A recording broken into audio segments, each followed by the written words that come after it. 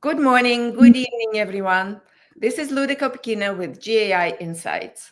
Welcome to Daily AI News Review, where we rate AI news essential, important, and optional, saving you time and pointing you to major trends. Today, I have a regular crew, John, Adam, Ankaj, and Paul. And we will review 6 articles today, and they are at gaiinsights.com/articles. So please follow along. Let us know what you think, whether you agree, disagree, what your thoughts about this topic are, and we'll be delighted to respond. So with that, Ankaj, could we please start with the first article, please? Sure, Luda. So the first one comes from VentureBeat, and it talks about how OpenAI has open sourced a new customer service agent framework. Yeah, so OpenAI is certainly signaling that they are serious about enterprise with even open platforms like this. That's one of the major areas in application of Gen AI.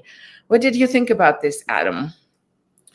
I thought this was very interesting. It's building on some announcements they made earlier this year in terms of tool use and what was available with agents.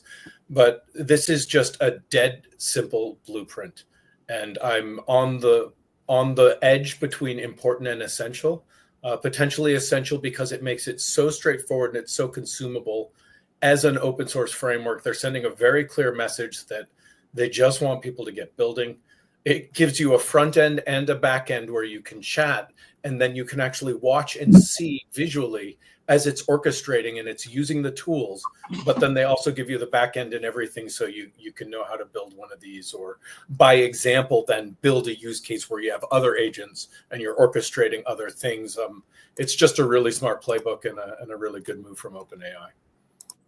Okay, important essential from Adam. John, what did you think? Yeah, I read the same. The paper underneath is also very nice. You know, the one they released some time ago. It's 32 pages, but it's beautifully laid out. I think they have, the most economical and clear description of agents and what makes an agent and how it's different from a workflow. So it's really quite nice. I'd be comfortable with essential, but definitely important. Okay. Paul, important. Yeah, that guide there, Ankash, that practical guide to building agents. That Yeah. 32-page paper that gives a very good overview. Yeah. Paul, going option or going important or essential? What's your vote?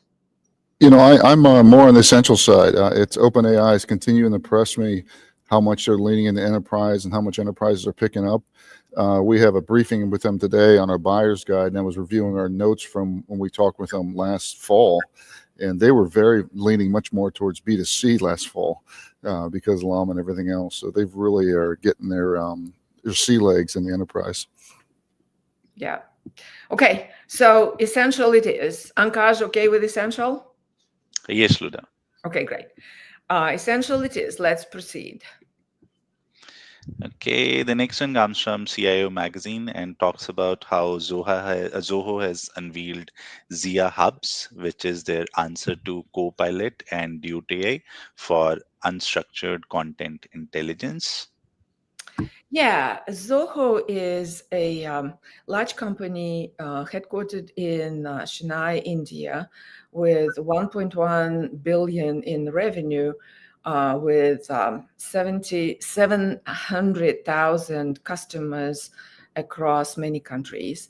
And so this is a vertical capability that essentially can provide obviously their customers a way to get to their data, and it's very broad and seems like very deep in the how they can pull intelligence out of the structured and unstructured content.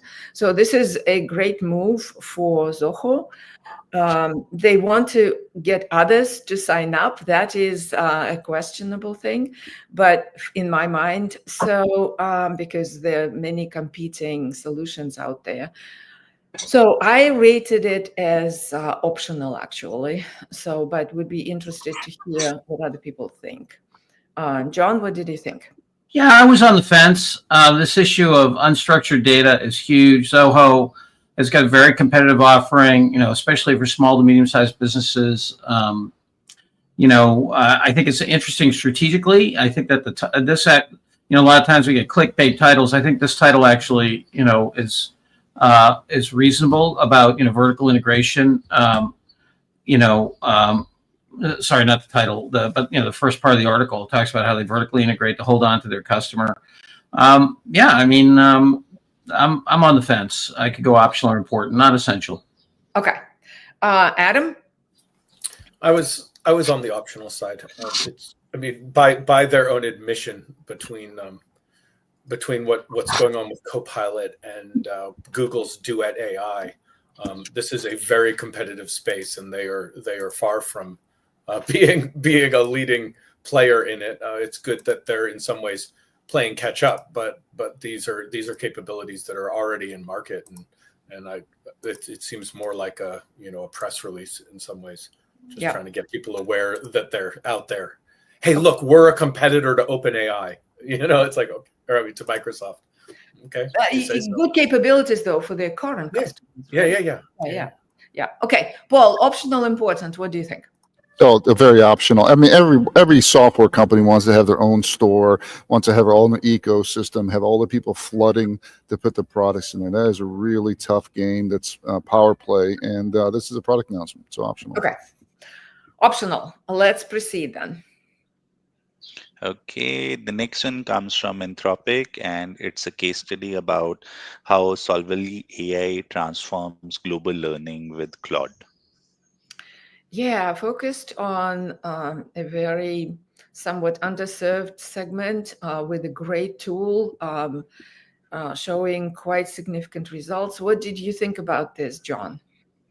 Yeah, I thought, I was between important and essential on this. I think I'm going to land on important because the product announcement really doesn't tell you about, it doesn't give much detail in terms of how it actually works. But this whole issue of using thinking about these large language models as a critical part of learning and transfer of that learning and competitive advantage.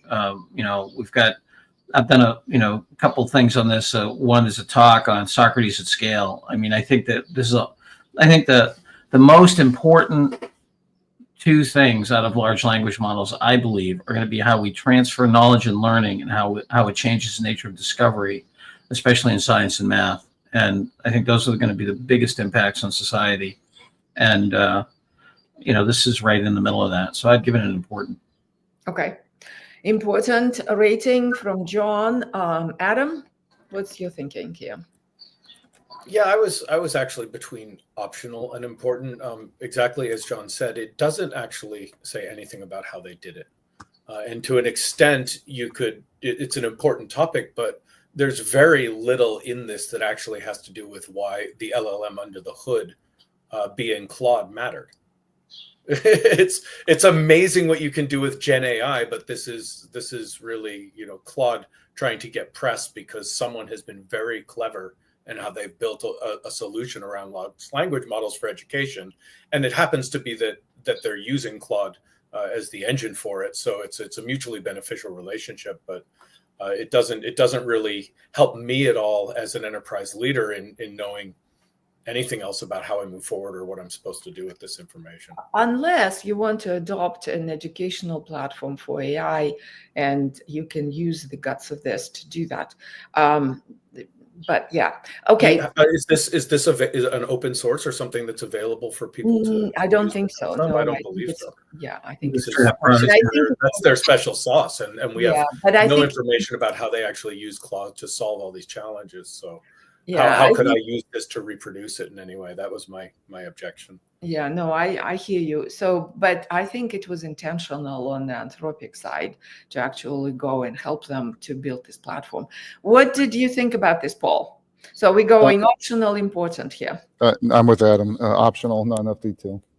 Okay. Optional it is. Let's proceed. Okay, the next one that we have for today talks about Minimax agent. So we discussed the Minimax model yesterday, and today it's the Minimax agent. Right. So I went and used it yesterday. I had a handwritten chart as I was sitting in waiting for an appointment. I just put the pencil and paper and pencil chart and wanted to convert it into a PPT. So I used Claude, I used OpenAI, and then I used this agent. This was actually the best of them. That was good, but none of them did the job actually. So it was very interesting.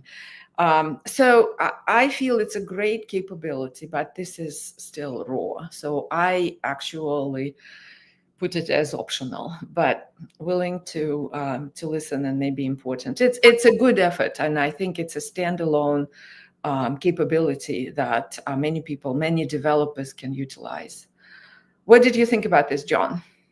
Yeah, I was going to give this an important in terms of this the ability to do these very efficient models, and coming out of the Chinese ecosystem.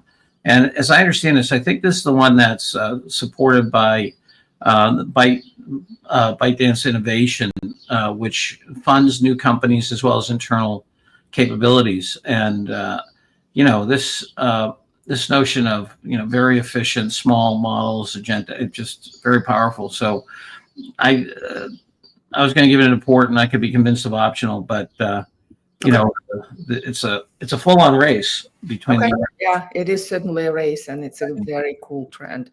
Adam, what did you think?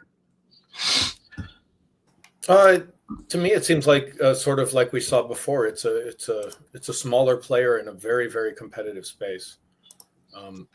Okay, so leaning optional. Paul, what did you think? You're on Optional. mute. Optional, guys. Okay, optional it is. Unless Ankash, do you want to dissent? You might have a good argument.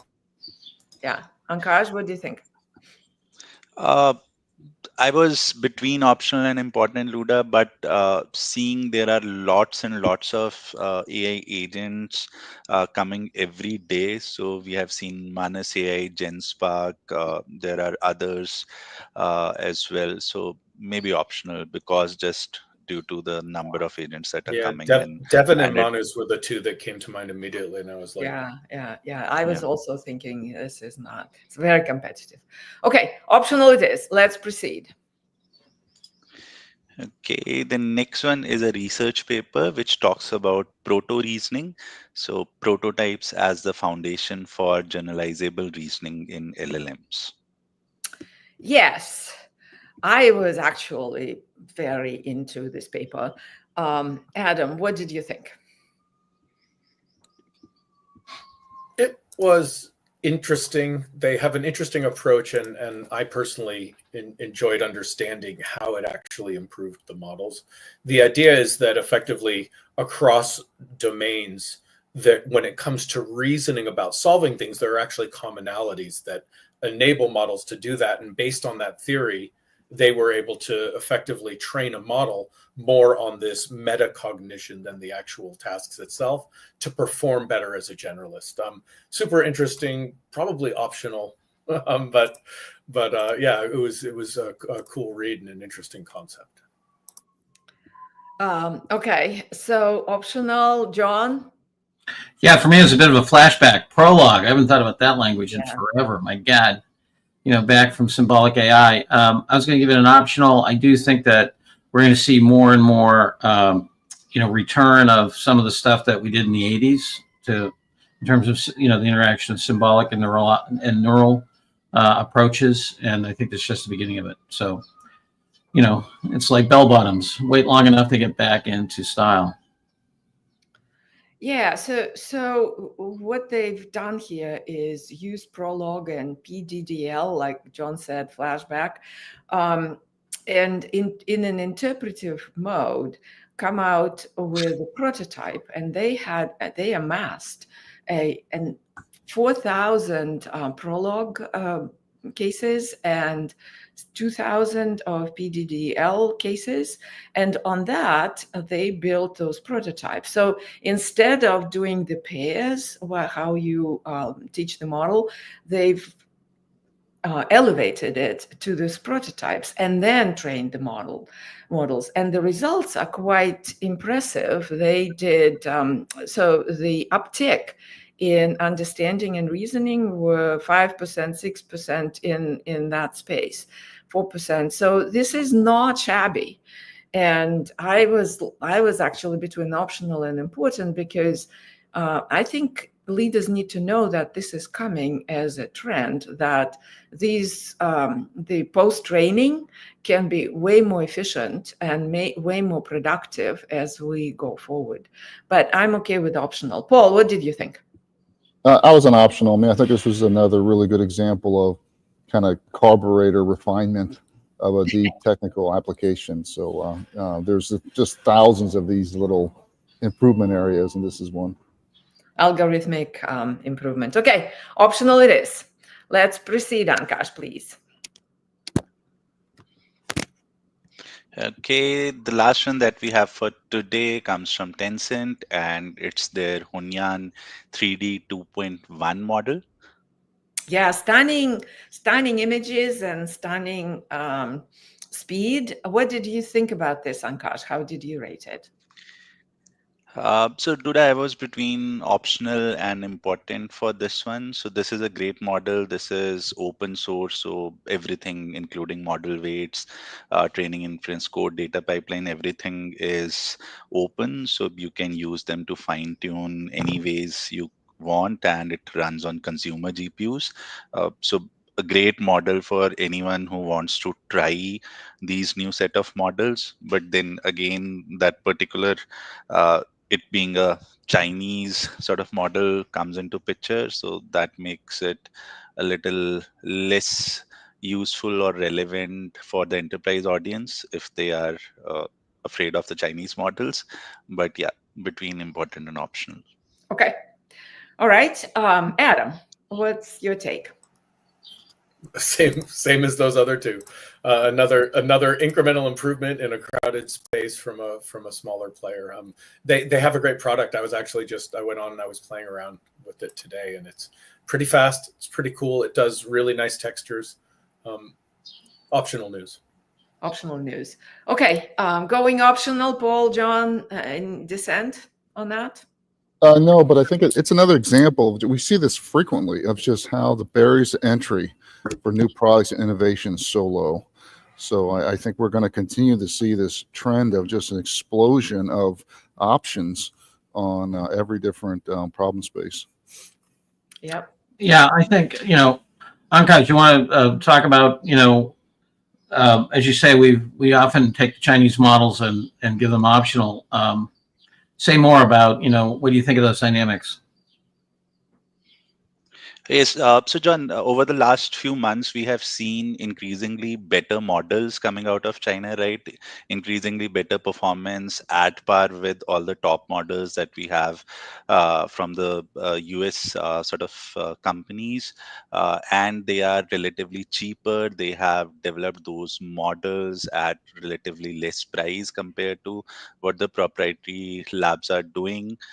So my question is, what is the end goal here? So do they think that they can convince US companies to adopt their models, or it's just soft power, or what's their end objective here? Yeah, I can't speak to their end objective, but I think you raise a good point. This one, by the way, is the one that had the funding that I was thinking of, not the other. But yeah, I think that we saw recently RC was an American company that was using the Quen models, and then because of trepidation on the part of their clients, went ahead and built their own model. And so I think the geopolitical implications of this, and we were just on with Mistral the other day, and they're seeing, the Europeans, of course, come to them given the desire for sovereign AI. So I mean, in terms of their end game, I think to me, I would just go back to the thing that she put out, I think about 10 years ago, which is they want to dominate the important technologies of the future. So quantum, biotechnology, AI, robotics, solar, right? And I mean, they have pretty strong industrial policy, just pushing heavy on that. And so I think their end game is global domination. Gosh, what can I tell you? Yeah, I agree with you, John. Well, but I think this. They're necessarily going after the adoption in the short, or maybe in the short term, but not really. I think it's a longer term strategy of getting the capability that is really, really advanced and pointing it at specific areas that they want to really crack. Yeah. Sorry, Paul. Well, and I'd also note, part of the target market that we've seen this sometimes is the internal Chinese market. It's so hyper competitive over there. It's so price sensitive. You can only compete with Chinese open source models over there, and they're happy to use them. And we've seen a couple startups that use the open source Chinese models for the Chinese customers, and then start using the non-Chinese models as they branch out from China. Yeah, I mean, look, if I'm a European company, I would start doing a combination of relationships with the Chinese, the Middle East, Middle East for maybe data centers, in funding, the Chinese in terms of alternative technology base. Given what happened at the G7, where basically our president went in and said, we should readmit Russia and then left. I mean, if I'm a European country, I'm looking for a different friend, or at least a second friend. Yeah, that's true. Okay, so Ankash, if you could prepare the scorecard, any announcements, Paul, John, Adam? We have the Learning Lab on Monday, right, Paul? Yeah. Learning Lab on Monday, Sarat's going to walk through building an AI agent for a flower shop. So it's another going to be a hands-on, actually building agents. So join us at 7 o'clock Eastern, 4 Pacific. Yeah. The other thing I'd love to ask our audience, we are in the middle of, we have 4 C's at our company, right? Content, capability building, curation, and community. If there are any thoughts that folks have in terms of what kind of capability building they're seeing the need for in their organizations, Paul and I and the team are designing some, executive, really what we hope to be impactful executive education based on experiences we've had. So anything that our audience sees in terms of things we should be aware of, reading and so forth, there's so much out there, but this next phase we think of adoption is going to be so driven by organizations being able to understand how to make sense of and apply these technologies in a fast moving market. So anything you want to send us in terms of thoughts or hints or ideas, we would be most welcome. We're going to have a big conversation about that. Wonderful. Thank you. So Ankash, do you have a chart? But we have, I think, one essential and all optional, all the rest optional. This is an interesting Friday. I don't think we've encountered something like this before. All right, great. Thank you all for listening. Happy Friday. And thank you, Lucinda, Valda, Adifo, Paula, for being there. Appreciate it. And we'll see you on Monday. Thank you.